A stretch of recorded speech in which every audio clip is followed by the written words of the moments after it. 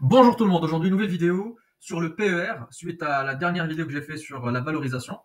Donc quelques-uns d'entre vous m'ont demandé plus d'explications sur le PER. Du coup j'ai fait une vidéo dédiée, ça va être une courte vidéo où je vais parler du PER, des limites, des inconvénients et comment interpréter ce fameux multiple dont tout le monde parle. On commence par un petit exemple. Donc imaginons trois business, d'accord. Imaginons trois business, chaque business est à vendre à 100 euros pour l'exemple. Par contre, chaque stand, c'est-à-dire chaque business, bah, nous donne des bénéfices différents. Donc le bénéfice du stand 1, c'est 20 euros par an, allez, pour l'exemple. 15 euros pour le deuxième, 30 euros pour le troisième. Donc à première vue, qui est le plus intéressant pour vous? Bah, vous allez me dire, bah, moi j'achète une petite boutique à 100 qui me donne annuellement 30, c'est pas mal. 30% de rendement, c'est pas mal. Donc le PER, intuitivement, vous allez choisir le PER le plus bas. Et c'est 100 divisé par 30, donc 3,33. Mais c'est beaucoup plus profond que ça. Donc déjà, le PE, c'est soit la capitalisation boursière divisée par le bénéfice net qu'on retrouve dans le compte résultat, soit le prix de l'action divisé par le bénéfice net par action. Donc on simplifie par le nombre d'actions disponibles. Voilà. Mais c'est plus profond que ça, je vous ai dit, parce que il y a plusieurs façons d'interpréter un PER. Donc un PER inférieur à 10, la plupart du temps, c'est soit sous-évalué, donc une bonne affaire, comme le stand, à première vue, soit ça nous donne une certaine odeur de difficulté. On sent que c'est pas normal, c'est un petit peu louche que le business soit si peu cher. Parce que tous les investisseurs vont s'en détourner, ça va faire baisser le prix en bourse. Du coup, pour le même bénéfice, on aura un multiple plus bas. C'est louche, faut s'y intéresser. Entre 10 et 20, on dit que c'est une valorisation normale. Entre 20 et 30, on s'attend à de la croissance. Plus haut que 30, soit c'est une forte croissance, soit une surévaluation possible. Alors peut-être qu'on est là, mais c'est pas justifié d'avoir ce prix. On va tout voir ensemble. Je vous ai sorti un petit tableau pour les PER moyens par secteur. On va interpréter ça d'une façon intelligente. Donc, selon le graphique, enfin selon le tableau précédent, supérieur à 30, donc surévalué. Technologie supérieure à 30, surévalué. Mais en fait non. La technologie, c'est un secteur qui est très croissant.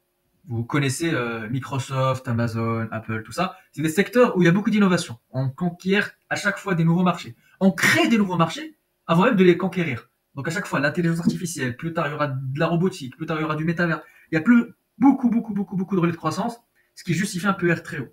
Mais non seulement il y a de la croissance, mais il y a ce qu'on appelle ça commence à moins le devenir, mais historiquement, c'est un secteur, on dit en anglais, capital light. Capital light, contrairement à capital heavy, c'est-à-dire un secteur d'activité où on a besoin de peu d'investissement en capitaux.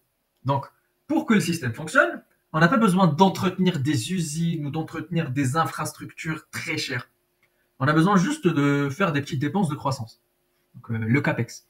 Normalement, le secteur technologique est un secteur d'activité où le CAPEX est faible. Si vous voyez, si vous prenez par exemple Visa, une fintech financière technologique, bah, ils ont 6% de CAPEX. Incroyable. Donc sur tous les cash flow operations qu'ils génèrent, 6% va pour l'entretien des infrastructures, uniquement. Vous prenez par exemple quelque chose comme Orange, vous allez voir, Orange, l'opérateur téléphonique, vous allez voir qu'on est à plus de 70% de CAPEX. Donc tout va sur le maintien des infrastructures, des poteaux, tout ça. Donc c'est pas la même qualité, on va dire, de business. En technologie, tout roule tout seul. C'est comme si je vous disais, ici, imaginez que c'est des chiffres d'affaires, et que je vous disais que ce business-là, il nous donne que 15 euros de chiffre d'affaires, ou de cash from operations, et on doit réinvestir 1 euro. Là, il nous donne beaucoup plus de chiffre d'affaires, mais on doit réinvestir à chaque fois 20. Si là, on réinvestit 1, il nous reste 16, pardon, 14. Si ici, on réinvestit 20, il nous reste 10. Donc, celui-là, avec le PER le plus élevé, est plus intéressant que celui-là avec le PER le moins élevé. Donc, c'est toujours une histoire d'interprétation. Donc, il faut voir les capex, s'ils sont élevés ou pas. Il faut voir la stabilité du business. La technologie, la plupart du temps, c'est quelque chose qui intègre notre quotidien, qui devient un petit peu notre façon de vivre et donc quelque chose qui constitue des revenus récurrents à ces entreprises. Si c'est quelque chose de saisonnier, de cyclique, bien sûr qu'on va valoriser moins parce qu'on est moins sûr d'avoir les bénéfices. Donc, avant de juger un PER, il faut tout le temps savoir pourquoi il est bas ou pourquoi il est haut. Là, l'exemple du stand. Supposons Ça, on prend le PER le plus bas. Supposons ici, on parle pas de CAPEX, supposons c'est les mêmes CAPEX. Supposons ici, on est dans une zone sensible. Donc, disons dans des cités très dangereuses ou des choses comme ça. Qui dit que notre business ne va pas subir des dégradations par rapport à une zone pavillonnaire à côté de la forêt où il y a rien? Ben, c'est un risque à prendre en compte. Là, le risque est plus élevé d'avoir des incendies ou je sais pas quoi. Bien sûr, c'est juste pour donner l'exemple. Je dis pas que dans les cités il y a des incendies, mais bon, vous avez compris. C'est quelque chose à prendre en compte. Donc c'est beaucoup plus profond même que les stats. Il faut prendre aussi le retour sur capitaux propres. Il faut prendre aussi la dette. Un business très endetté qui donne beaucoup de cash est quand même plus dangereux qu'un business très peu endetté qui donne un petit peu moins de cash. Donc là, on continue à voir les autres ratios. Là, par exemple, l'immobilier, je dirais que c'est surévalué. L'immobilier, c'est une croissance lente qui suit l'inflation à peu près. Les taux sont plus ou moins hauts. Donc, certes, il y a la perspective de baisse des taux qui va faire une certaine appréciation de leur parc immobilier, mais à moins d'avoir du parc net sans dette, je pense que c'est pas un multiple normal pour l'immobilier. La consommation discrétionnaire, donc là on compte du Nike, du LVMH, du Hermès, du Apple, de tout ce qui est consommation non obligatoire. Bah là on valorise ça à des PER très élevés. Moi je pense que c'est surévalué de valoriser ça à des PER comme ça, mais c'est un secteur où on augmente le prix de façon très normale. Les Nike se vendent beaucoup plus cher que leur prix de fabrication. Et même avec ça, on continue d'hausser les prix à chaque fois. C'est des secteurs où il y a des bonnes marges, où il y a des bons retours sur capitaux propres, mais qui sont un petit peu plus cycliques. Donc, moi, je ne favoriserais pas 33 pour de la consommation discrétionnaire. Matériaux, c'est un petit peu plus défensif. Industriel, c'est cyclique, ça suit les taux d'intérêt, mais c'est quelque chose de stable sur le long terme avec une croissance lente. La santé, c'est très défensif, c'est moins élevé que les autres parce qu'il y a le risque pharmaceutique. Quand, euh, quand les essais sur un médicament échouent, ça baisse parce que on a peur tout de suite sur la récurrence des revenus. Les biens de consommation de base, ça, c'est sous-évalué. Normalement, ça devrait être plus cher. Parce que ça, c'est des trucs défensifs qui se vendent tout le temps. Guerre, inflation, tout ce que vous voulez, ça se vendra. Et en plus, il y a une hausse des prix très lente. Mais réelle, stable et à peu près sûre. C'est comme une obligation. Bien évidemment, on descend la finance, c'est les banques, tout ça très risqué. L'énergie, c'est des secteurs où on pense qu'il n'y aura pas de croissance. Donc voilà, beaucoup de PER à interpréter. Là, je vous donne un exemple de L'Oréal avec ses concurrents dans le marché de la beauté et des cosmétiques. Elf Beauty, c'est une small cap américaine dans la beauté. C'est des prix pas chers qui font concurrence à L'Oréal et à Estée Lauder. Pourquoi c'est aussi fortement et hautement valorisé? Parce qu'elle est en forte croissance, mais dans le même domaine. Alors que L'Oréal, c'est l'inverse. Tout le monde est fidèle à la marque, mais la croissance est beaucoup plus faible. Donc, c'est des profils différents dans le même secteur d'activité et qui ont quand même un PER qui se rapproche. Donc, Estée Lauder, c'est la même chose. Ils sont beaucoup plus en difficulté en ce moment par rapport à la marque. Mais regardez, si on fait la moyenne des multiples, on tombe sur 34. Et si on multiplie le bénéfice net par action de L'Oréal par 34, ça vaut 406, par exemple. On a aussi une autre façon de valoriser le PER. C'est comme je vous ai dit dans l'ancienne vidéo, c'est un rendement attendu. Par rapport au rendement attendu, pardon. Si on veut par exemple estimer le PER d'une obligation d'État américaine sur 10 ans, avec un rendement de 3,39, le prix, le PER qu'on devrait normalement donner à cette obligation serait 22,77.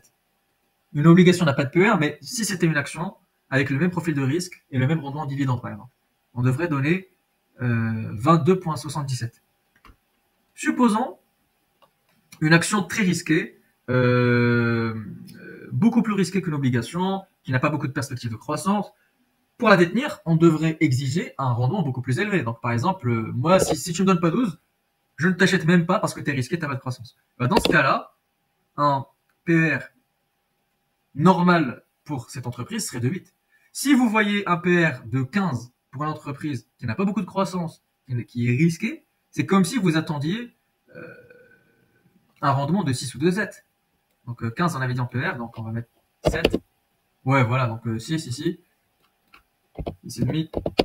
Voilà. Donc, une entreprise très risquée avec une croissance faible, vous devriez demander plus que 6,5% de rendement. Donc, si vous ne demandez que 6,5% de rendement, vous payez déjà 15 fois les bénéfices. Donc, c'est très particulier le PER. Il faut le voir à la fois comme un multiple, à la fois comme un critère de beauté par rapport au rendement attendu, par rapport au risque, mais par rapport au secteur. Les financières sont toutes très très risquées, je parle bien des bancaires et des assurances, par rapport à la conjecture. Et par rapport à la conjecture, une banque, son stock, c'est des obligations d'État. Donc quand l'État est mal géré, quand il y a des crises politiques, les obligations s'écrasent. Les obligations s'écrasent, le stock de la banque s'écrase, et donc la banque devient très risquée et pourrait subir des crises de liquidité. Donc, par rapport au profil de risque des banques, on devrait attendre un rendement très très très élevé. Je parle du rendement des bénéfices nets ou du free cash flow et non pas du dividende. Donc moi, par exemple, pour avoir du BNP, je demanderais au moins du 12% du rendement des bénéfices nets. Là, ça me donnerait un PER de 8, 33, 8,5, 9 pour accepter BNP.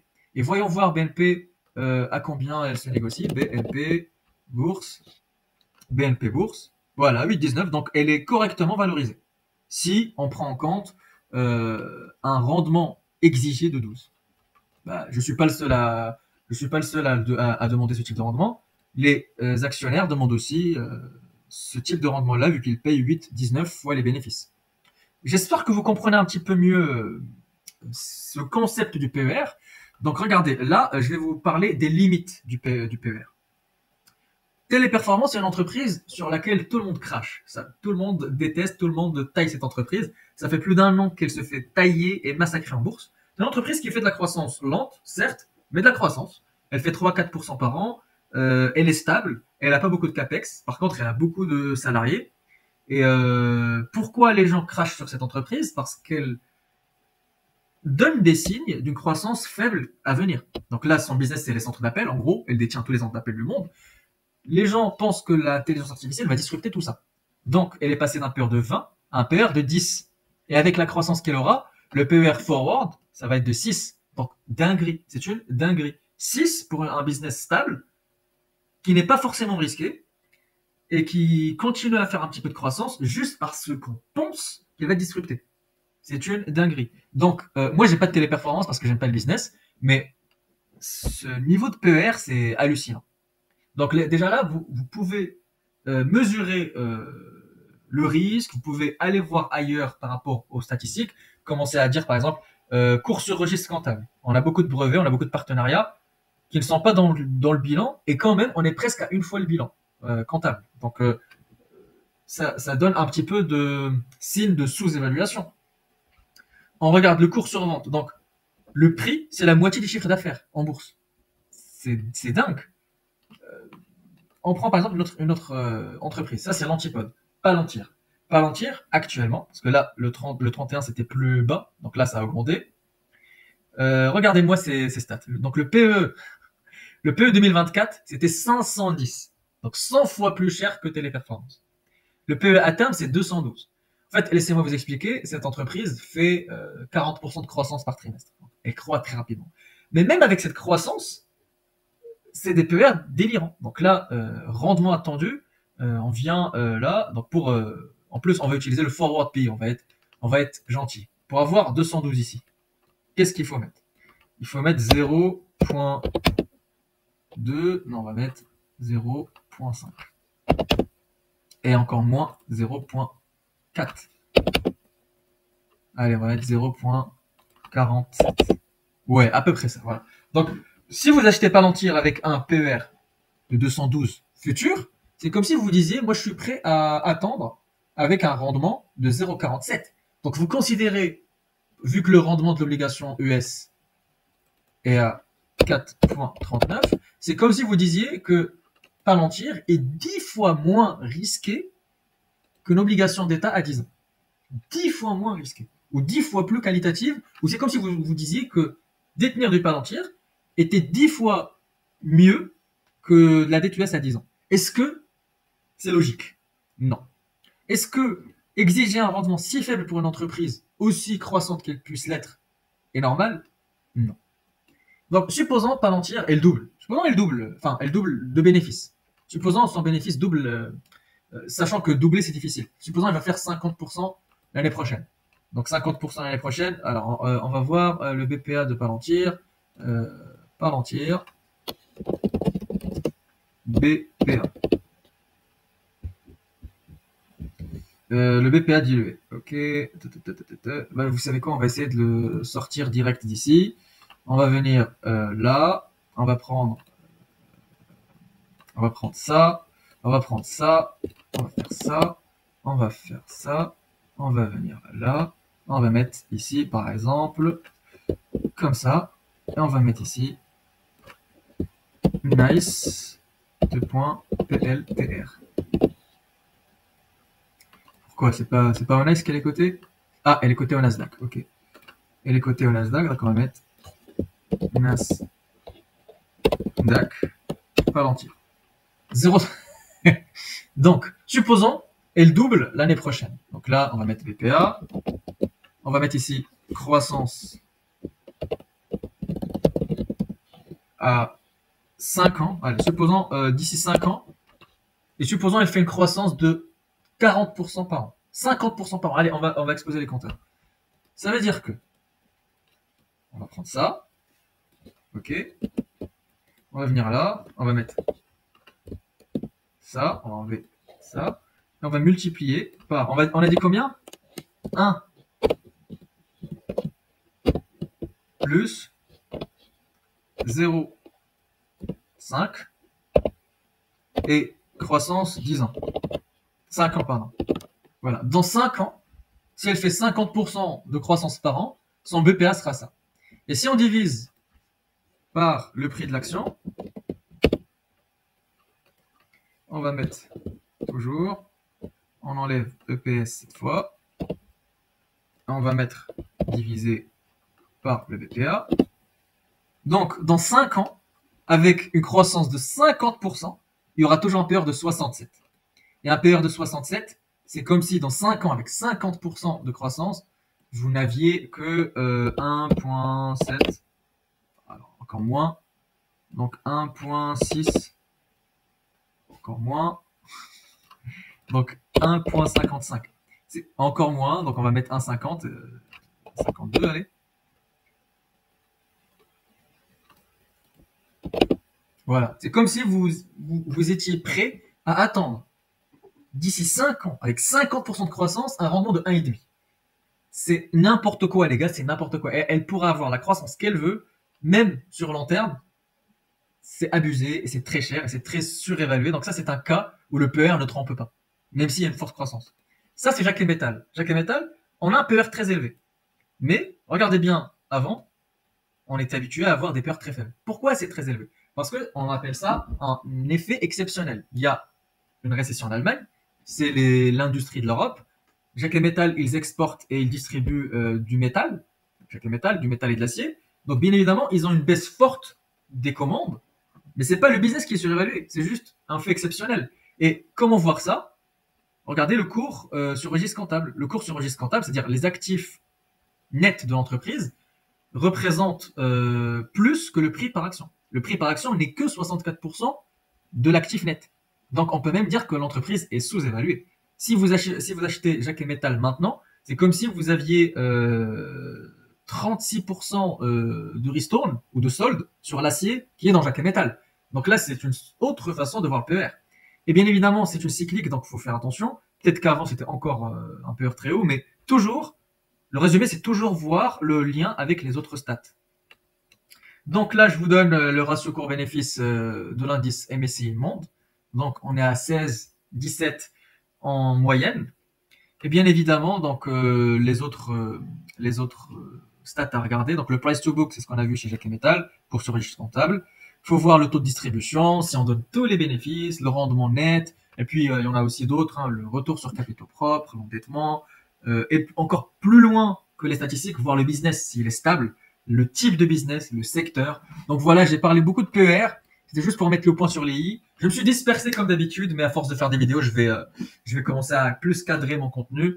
Donc j'espère que vous avez appris des choses dans la vidéo, et on se dit à bientôt. La prochaine vidéo sera sur les dividendes. On va parler des dividendes, comment s'enrichir, qu'est-ce qu'est-ce que sont les arguments pour et contre les dividendes. Donc à la prochaine, merci.